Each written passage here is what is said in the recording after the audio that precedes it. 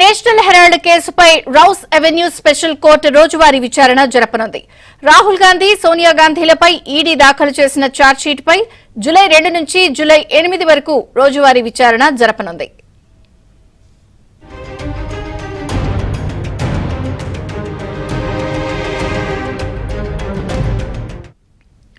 కాగా national Herald కేసులో Sonia, Rahul గాంధీపై ED సంచలన ఆరోపణలు చేసింది.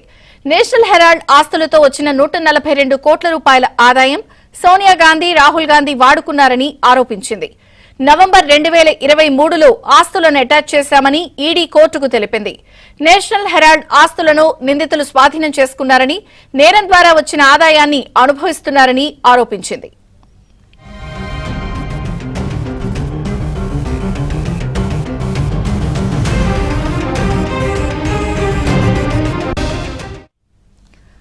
ఆస్తుల ద్వారా వచ్చిన ఆదాయాన్ని నిందితులు తమ వద్దే ఉంచుకోవడం మనీ లాండరింగ్ గా పరిగణించాలని ఈడీ కోర్టుకు విజ్ఞప్తి చేసింది. ప్రాథమికంగా మనీ లాండరింగ్ కేసు నమోదు చేశామన్న ఈడీ సోనియా, రాహుల్ గాంధీల పాత్రపై ప్రాథమిక ఆధారాలున్నాయని తెలిపింది.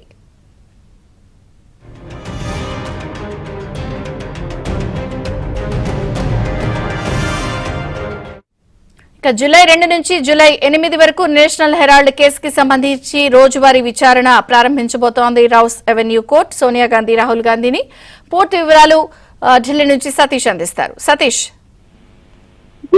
నేషనల్ హెరాల్డ్ కేసులో రాహుల్ గాంధీ, సోనియా గాంధీపై ఈడీ ఛార్జ్షీట్ దాఖలు చేసింది. ఆ ఛార్జ్షీట్ ను పరిగణనకు తీసుకున్న అంశంపై ఈ రోజు రౌస్ అవెన్యూ కోర్టులో విచారణ జరిగింది. విచారణ సందర్భంగా పిటిషన్ కి సంబంధించిన అంశాల్లో ఇంకా పరిగణనకు తీసుకుంటామా లేదనే అంశం పైన ధర్మాసనం స్పష్టత ఇవ్వలేదు. ఈ కేసులో ప్రాథమిక విచారణ జరుగుతుంది కాబట్టి కేసు విచారణకు సంబంధించిన అంశాన్ని జూలై నెలాఖరు వరకు వాయిదా వేయాలని కూడా సీనియర్ కౌన్సిల్ అభిషేక్ మను సింగ్ వార్తల సందర్భంగా కూడా కోర్టుకు విజ్ఞప్తి చేస్తున్నారు. ఆ సందర్భంలో ఇక ఈడీ తరఫున ఇప్పటికే హెచ్వి రాజుతో పాటు ఇతర ఈడీకి సంబంధించిన న్యాయవాదులు కూడా హాజరయ్యారు. ప్రధానంగా కేసుకు సంబంధించిన విషయంలో 5,000 పేజీలతో ఛార్జ్షీట్ దాఖలు చేస్తున్న ఛార్జ్షీట్ అంశంలో దాదాపు 2 నుంచి 3 గంటల సమయాన్ని కేటాయిస్తే కేసు విచారణను వాదనలో వినిపిస్తామన్న సందర్భంగా కూడా కోర్టు ముందు ఈడీ తన వాదనలు వినిపిస్తుంది. ఆ సందర్భంగా ఈడీ కొన్ని కీలక అంశాలను లేవనెత్తిన సంచలన ఆరోపణలు చేసిందని కూడా చెప్పాల్సి ఉంటుంది. వాదన సందర్భంగా సోనియా, రాహుల్ గాంధీపై నేషనల్ హెరాల్డ్ ఆస్తుల ద్వారా దాదాపు 142 కోట్ల ఆదాయాన్ని సోనియా గాంధీ, రాహుల్ గాంధీ వాడుకున్నారని నిందితులు నేషనల్ హెరాల్డ్ ఆస్తులను ద్వారా స్వాధీనం చేసుకున్న అంశాన్ని చెప్పారు. ఇక నేషనల్ హెరాల్డ్ ఆస్తి నుండి వచ్చే అద్దె వరకు కూడా నేరం ద్వారా వచ్చిన ఆదాయం అని ఈడీ కూడా తన ఛార్జ్షీట్ లో పేర్కొంది. నవంబర్ 23లో ఆస్తులను అటాచ్ చేశామన్న అంశాన్ని కూడా ఈడీ స్పష్టం చేసింది. ఇక నిందితులు నేరం ద్వారా వచ్చిన ఆదాయాన్ని అనుభవిస్తున్నారని, నిందితులు నేరం ద్వారా వచ్చిన ఆదాయాన్ని సంపాదించినప్పుడు వారు ఆదాయాన్ని తమ వద్ద ఉంచుకోవడం కూడా మనీ లాండరింగ్ కేసులో పరిగణించాల్సి వస్తున్న అంశాన్ని కూడా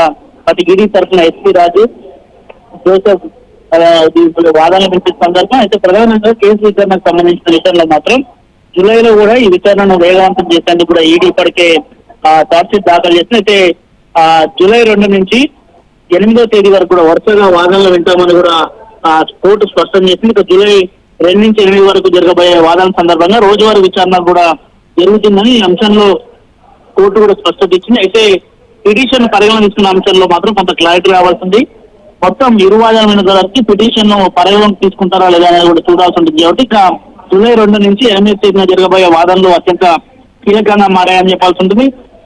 నేషనల్ హెరాల్డ్ కేసులో దాదాపు సోనియా గాంధీ, రాహుల్ గాంధీతో పాటు శ్యామ్ పిట్రోడా పాటు కాంగ్రెస్ కు సంబంధించిన పలువురు నేతలంతా ఉంటారు. వారికి సంబంధించిన విషయంలో ఇప్పుడే వారికి నోటీస్ ఇవ్వాల్సిందో కూడా ఈడీ ఈ రోజు కోర్టు ముందు వాదనలు వినిపించింది. అయితే రాహుల్ గాంధీకి, సోనియా గాంధీకి, శ్యామ్ పిట్రోడాకి మాత్రం ముగ్గురికి నోటీసులు ఇచ్చినట్టు తెలుస్తుంది. ఈ నోటీసుల పైన మరింత క్లారిటీ రావాల్సింది. జూలై 2 నుంచి జరగబోయే వాదనలు అత్యంత కీలకంగా మారనున్నాయి. విజయ్ చంద్ర. Thank you Satish.